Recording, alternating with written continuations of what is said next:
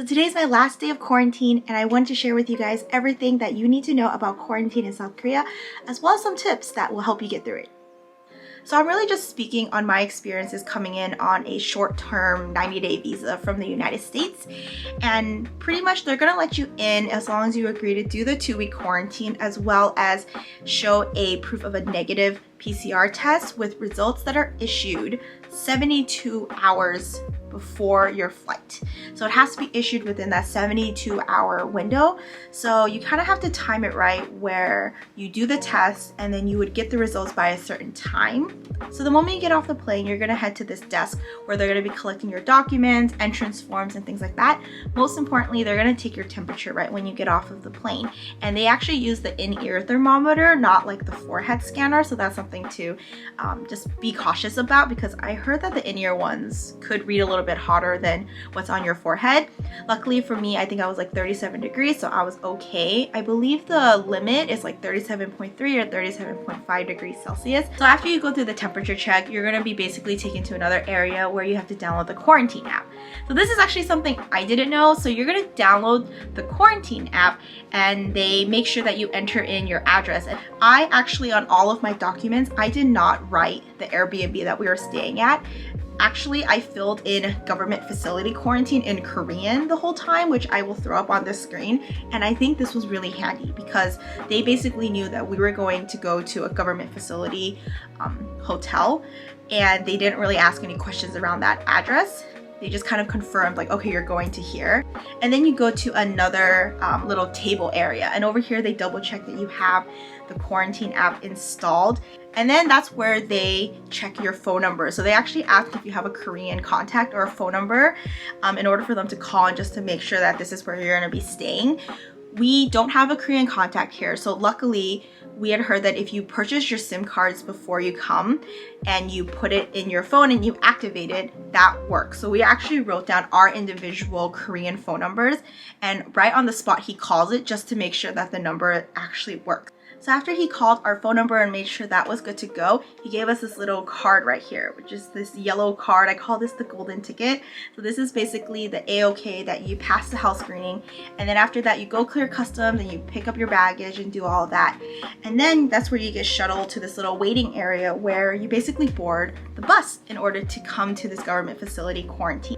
So again, you don't know which hotel you're going to, and you cannot request which hotel that you want to go to. They literally don't know, and they'll just put you on a bus and take you to whatever is available. We rode the bus, it took about an hour, and then we ended up at the Ramada Yongin. So once you get here, they take all of your luggage out and they spray it down with disinfectant, and then you go to the hotel lobby to do the check-in process. And here's where it gets confusing, because they basically tell you to uninstall the quarantine app that you had gotten at the airport and to install another quarantine app. So this is the app that you're supposed to use if you're doing the government facility, and they said to basically just ignore that first app. So then we filled out a couple forms. They do ask for like your dietary restrictions if you have any for a meal preference. They really only have like vegetarian or regular meat, but I know my boyfriend's allergic to seafood, so he wrote down allergic to seafood, and they have been able to swap out seafood in his meals for something else. So appreciate that.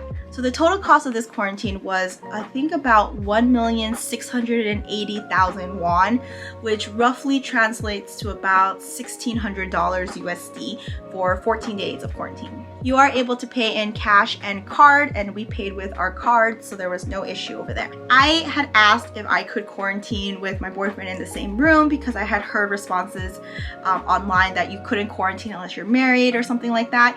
They were actually okay with it, but they told us that even if we quarantined together, we would get the same size room and we would pay the same exact price.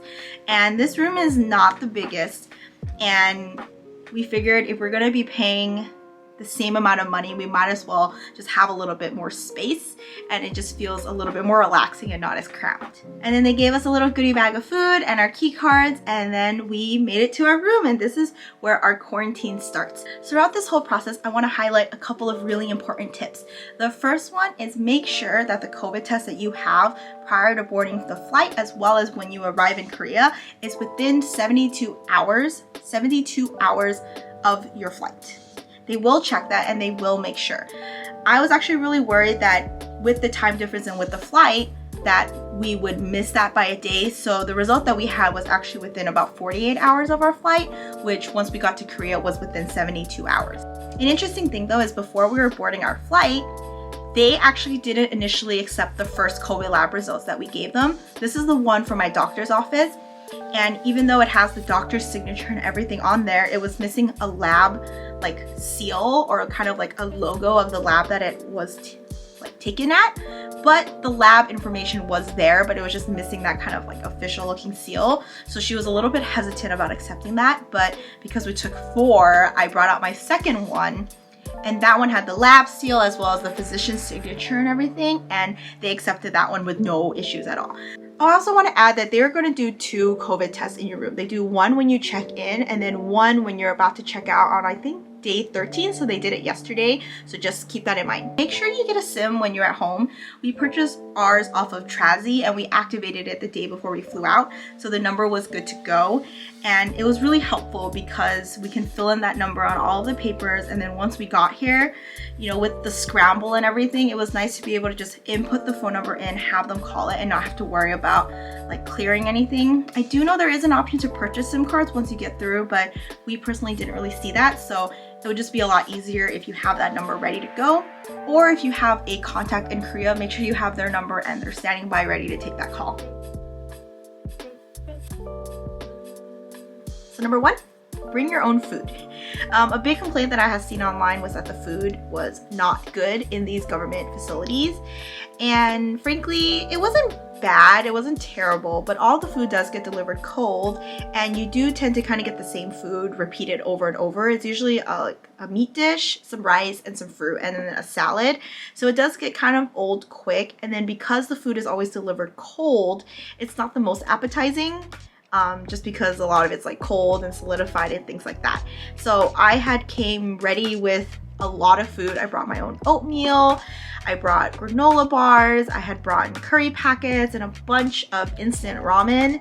And then I also made sure to bring vitamins and supplements because I didn't really think I was going to be eating very healthy for these next 2 weeks. So I wanted to make sure that I stayed really healthy.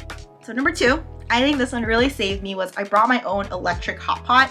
This was like a $20 one that I had purchased off of Amazon, and I don't really plan on keeping it after this quarantine, but I think it really saved my butt because with this little pot, I was able to cook instant ramen, I was able to heat up curry, and basically just heat up any food that I needed to be heated up. And a lot of times I actually took the rice from the meals, I would add a little bit of water and then throw the meat in there and just kind of make like a meat porridge. Like some sort of meat porridge soup thing to eat, and doesn't look the greatest, but at least it's hot and it just makes it a lot easier to eat. But really the lifesaver was just being able to cook like the cup noodles that I want. I was able to make oatmeal in it. They do give an electric kettle, so you do have hot water, and I use that to make coffee and tea and things like that. But I really think it's a lot easier if you have your own mini hot pot. That's like probably my number 1 tip and my big lifesaver right here. So number 3 really depends on the hotel that you're going to be placed in, but they do allow deliveries from like online markets. They don't allow any food deliveries though. So any like hot foods or things that like smell and things like that, you are not allowed to order any food to the hotel. However, you can order like dry food from Gmarket, which is kind of like an Amazon here. So actually I was able to order a couple things off of Gmarket. I ordered some ramen as well as some like packets of soup. like a bean paste soup and then like a rib soup, and those were a lifesaver because I actually stick them in the fridge and then kind of throw them in my pot and heat it up whenever I wanted like a hot soup to eat with like some rice. So that was really nice. The staff at my place, a lot of them spoke English, so I was actually able to call the front desk a lot of times to ask for more water, more trash bags. So any sort of request like that, like just don't be afraid to ask. They understood it. I just called them and I was like, hi, I'm in room so-and-so. I want some more water, and then they would bring me like a giant gallon jug of water. So that was really nice. Number 4 would be to make a schedule of your day. It does get a little bit boring, but at the same time, we've been in lockdown or quarantine for like a whole year, and I'm kind of used to it at this point, but it was nice to kind of have a schedule as well as a to-do list that I wanted to get through every day. So I had work, I had some studying that I had to do, as well as like taking care of myself. So I made sure to schedule that throughout the day in order to like have a little bit of a structure and a little bit of a routine, which was really nice. They have a TV here, and this TV has like 300 something channels. But a good tip is to bring your own little HDMI cable or like an HDMI plug, because I was able to plug in my laptop and my iPad to the TV directly, so I was able to stream like Netflix and things like that on the TV. So really just try to relax. My place actually has a window, so I was actually able to open that up for a little bit every day and let a little bit of fresh air come in, and it was really relaxing, and I actually had pretty good views, so it was kind of amusing to see like what was happening around outside. And then the days actually go by a lot faster than you think. I think the first couple days I was really excited, and then after day like 3 or 4 I was really starting to feel it. I was like, oh my gosh, like I'm feeling it. And then as I got closer and closer to the end, now I'm just like really excited. It kind of made me realize like I didn't really utilize the time as much as I could have. You really just have 14 days to do stuff for yourself, like do work, catch up on things, take care of yourself. You can meditate, you can journal, you can read, just really a lot of time to yourself with no distractions. So just kind of take advantage of that, and it'll just make the whole process go by a lot faster. Alright, so I hope you guys find this video helpful if you find yourself coming to South Korea and needing to quarantine in a government facility. If you have any questions, feel free to leave a comment, or you can also message me on Instagram. Thank you guys for watching. Bye!